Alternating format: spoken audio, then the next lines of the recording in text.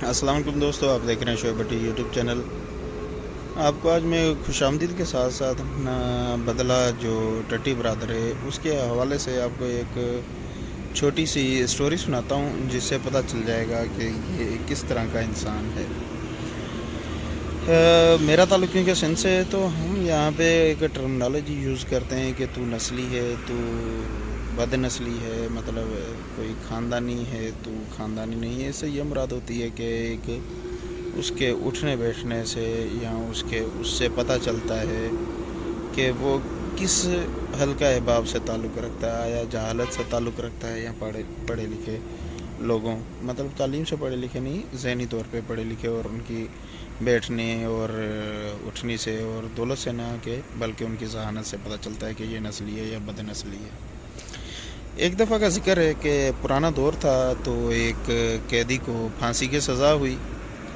بادشاہ سلامت سلطنت کے جو بادشاہ تھے انہوں نے اس کو پھانسی کی سزا دی۔ تو اس قیدی نے ایک خواہش ظاہر کی۔ اس دور میں خواہش کا بہت زیادہ احترام کیا جاتا تھا کہ آخری خواہش اس بندے سے پوچھی جاتی تھی کہ آپ کی آخری خواہش کیا ہے، اور اس کو ہر حال میں پورا کیا جاتا تھا۔ تو اس قیدی نے اظہار کیا کہ میری یہ خواہش ہے کہ مجھے نسلی 2 گھوڑوں کے ساتھ، مطلب پہلے آپ کو یہ بتا دوں کہ اس وقت پھانسی کا یہ سسٹم ہوتا تھا، پھانسی کا پھندا گلے میں ڈال کے رسا اوپر سے لا کے، اوپر لکڑ سمجھ لیں یا کوئی بھی چیز سمجھ لیں، پائپ سمجھ لیں، اس میں سے اوپر سے لا کے وہ آگے گھوڑے باندھے جاتے تھے، وہ گھوڑوں کو آگے دوڑایا جاتا تھا، تو وہ اس طریقے سے انسان اوپر جاتا تھا، تو اس طرح سے پھانسی ہو جاتی تھی۔ تو اس قیدی نے خواہش کا اظہار کیا کہ مجھے نسلی گھوڑوں کے ساتھ رکھا جائے۔ بادشاہ نے کہا کہ ٹھیک ہے، اس کی آخری خواہش ہے۔ اپنے جو بھی طبیلے کے انچارج تھے یا جو بھی تھے ان کو کہا کہ اس کو 2 نسلی گھوڑوں کے ساتھ رکھ دیا جائے۔ کرتے کرتے اسی طریقے سے ہفتہ 2 ہفتے گزر گئے اور اس کی تاریخ آ گئی جس دن پھانسی کا دن تھا۔ تو قیدی نے کہا کہ میری خواہش تو آپ نے پوری نہیں کی ہے۔ جب اس کو سپاہی لینے آئے کہ پھانسی کے لیے، انہوں نے کہا کہ آپ کی تو خواہش ہم نے پوری کر دی ہے، جو آپ نے خواہش کی تھی کہ مجھے نسلی گھوڑوں کے ساتھ رکھا جائے۔ تو اس نے کہا ان میں سے ایک گھوڑا نسلی ہے، ایک بے نسلی ہے۔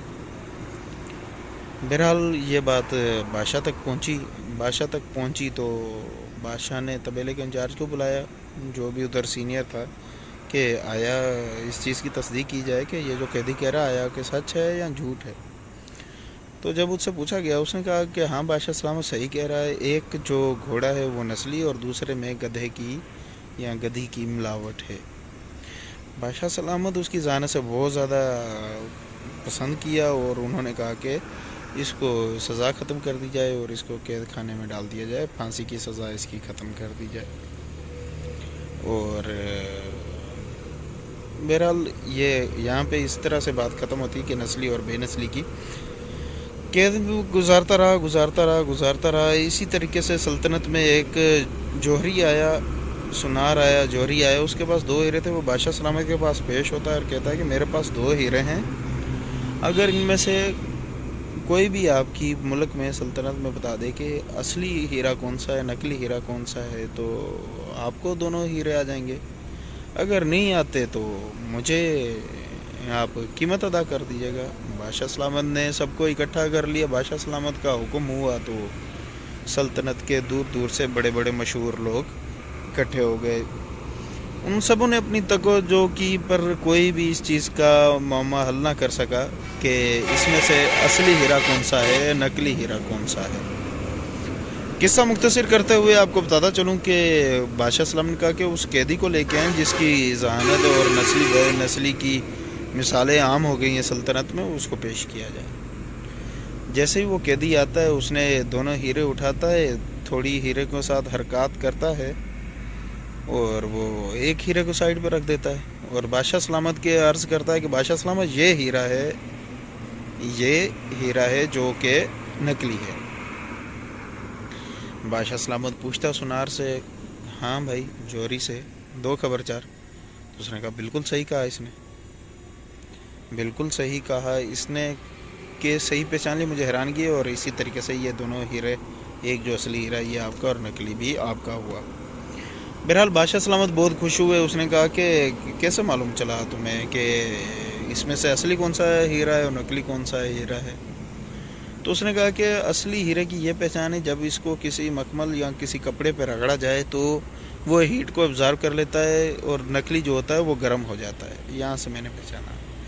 بادشاہ سلامت یہاں سے خوش ہو جاتے ہیں اور اسی طریقے سے اعلان کرتے ہیں کہ اس کی ایک روٹی اور برات روٹی اس کو نا اور قید میں دی جائے. اچھا، ساتھ ساتھ میں یہ بھی بتاتا چلوں کہ اس وقت بھی جب اس کو قید میں ڈالا گیا تھا تب بھی اس کو ایک روٹی اضافی قید میں بھی ڈال دیا گیا تھا، ایک روٹی اضافہ کر دیا گیا تھا روٹی کا. اور اس دفعہ بھی جب اس نے روٹی کا اعلان کیا کہ اس کی پہلے بھی ایک روٹی بڑھائی تھی، اس کو قید میں لے جاؤ اور اس کی ایک روٹی اور بڑھا دو. قیدی حیران ہوا اور پریشان ہوا. اس نے کہا کہ بادشاہ سلام، اب نسلی بے نسلی کا مجھ سے دوسروں کے لیے پوچھ رہے ہیں، مجھے تو آپ بھی نسلی نہیں لگتے بادشاہ. ساروں نے میانوں سے تلواریں نکال لی کہ بادشاہ کے نام پہ اس طرح کی گستاخی یہ بندہ کیسے کر سکتا ہے. بادشاہ بھی غصے میں آ گیا کہ کیا کہہ رہے ہو. اس نے کہا سر قلم کرنا ہے. قیدی نے کہا میرا کر دو، پر کسی جو آپ کی سلطنت میں کوئی بہت پرانا ہو اس سے پوچھ لیں. میں دعوے کے ساتھ کہتا ہوں آپ نسلی بادشاہ نہیں ہیں. بہرحال بندوں کو ڈھونڈا گیا. ایک بہت ہی بزرگ آدمی ملا. بادشاہ نے اس کو بلوایا کہ یہ مجھے بے نسلی کہہ رہا ہے، کیا وجہ ہے، اس کے پیچھے کوئی چیز ہے. اور ساتھ ساتھ یہ بھی کہہ رہا ہے کہ میں بادشاہ نہیں ہوں، میں لنگر چلانے والوں کی نسل میں سے ہوں، جو لنگر چلاتے ہیں یا ورچی کھانا چلاتے ہیں. میں تو حالانکہ بادشاہ کا بیٹا ہوں. تو یہ اس طرح کہہ رہا ہے. اس بزرگ نے کہا کہ بادشاہ سلامت جان کی امان پاؤں تو میں آپ کو عرض کرتا چلوں کہ آپ کے جب والد صاحب ہوتے تھے، وہ چھوٹے جب ہوتے تھے تو وہ اس سلطنت کے بادشاہ کے ہاں کام کرتے تھے ایک لنگر کھانے میں. تو بادشاہ کے ہاں اس وقت کے بادشاہ کے ہاں اولاد نہیں تھی تو بادشاہ اس چیز سے ہمیشہ پریشان رہتا تھا. ساتھ ساتھ آپ کا والد بڑا ہوتا گیا جیسے جیسے وقت گزرتا گیا. تو بادشاہ سلامت نے یہ اعلان کیا کہ جو میری رعایا کا خیال رکھے گا اور بھوکا نہیں مارے گا، میں اس کو اس اپنی سلطنت کا بادشاہ بنا دوں گا. تو قصہ مختصر بیان کرتے ہوئے آپ کو یہ بتاتا چلوں کہ بادشاہ سلامت نے جیسے اعلان کیا تو آپ کے والد محترم وہاں پیش ہوئے. انہوں نے کہا کہ میں لنگر کھانا چلاتا ہوں اور آپ کی رعایا کا بہت خیال رکھوں گا اور بھوکا نہیں مرنے دوں گا. اس ادا سے پسند آتے ہوئے آپ کے والد صاحب کو بادشاہ سلامت نے اپنی وفات کے بعد بادشاہ سلامت بنا دیا. اور انہوں نے بہت اچھا خیال رکھا، رعایا کا بہت خوش تھی. جیسے انہوں نے وعدہ کیا تھا، وعدے کے پکے انسان تھے. پھر جب ان کا آخری وقت آیا، آپ تو شہزادے تھے، تو آپ کو بادشاہ سلامت بنا دیا گیا. تو بادشاہ سلامت پریشان ہو گیا. وہ بزرگ کے بات بتا کے چلا گیا کہ بزرگ جو ہے بات بتا کے چلا گیا. تو بادشاہ سلامت پریشان حیران وہی جیسے پہلے ہوا تھا کہ یہ بات تو مجھے بھی نہیں پتا، ادھر جو میرے وزیر مشیر بیٹھے ہیں ان کو بھی نہیں پتا، تمہیں کیسے پتا چلی.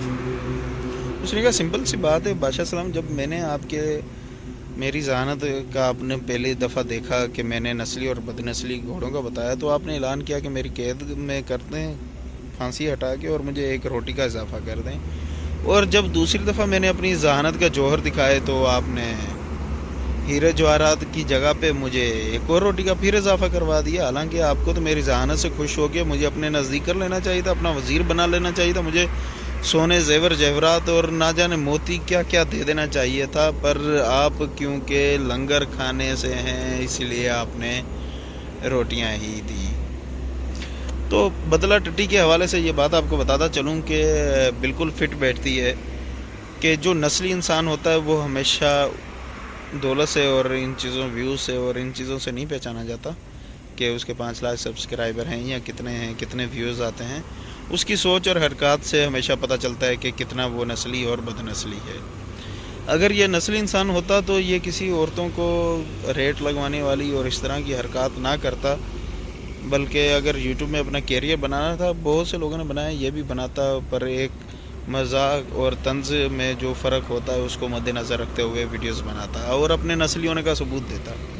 پر کیونکہ یہ بد نسلی ہی تھا اس کہانی کی طرح، تو اس نے وہی حرکات کی جیسے کہ وہ کرتا ہے، ادھر ادھر منہ مارتا ہے. جیسے آپ کو شروع میں شاید بتایا تھا کہ اس نے گھوڑوں کو اس طرح پہچانا تھا کہ ایک گھوڑا نا ادھر ادھر منہ مار رہا تھا. یہ بھی اسی کا بھی یہی کام ہے، جو تھوڑا سا مشہور ہوتا ہے یا جس کے تھوڑے سا نام ہوتا ہے سوشل میڈیا پہ، یہ اس پہ منہ مارنا شروع کر دیتا ہے.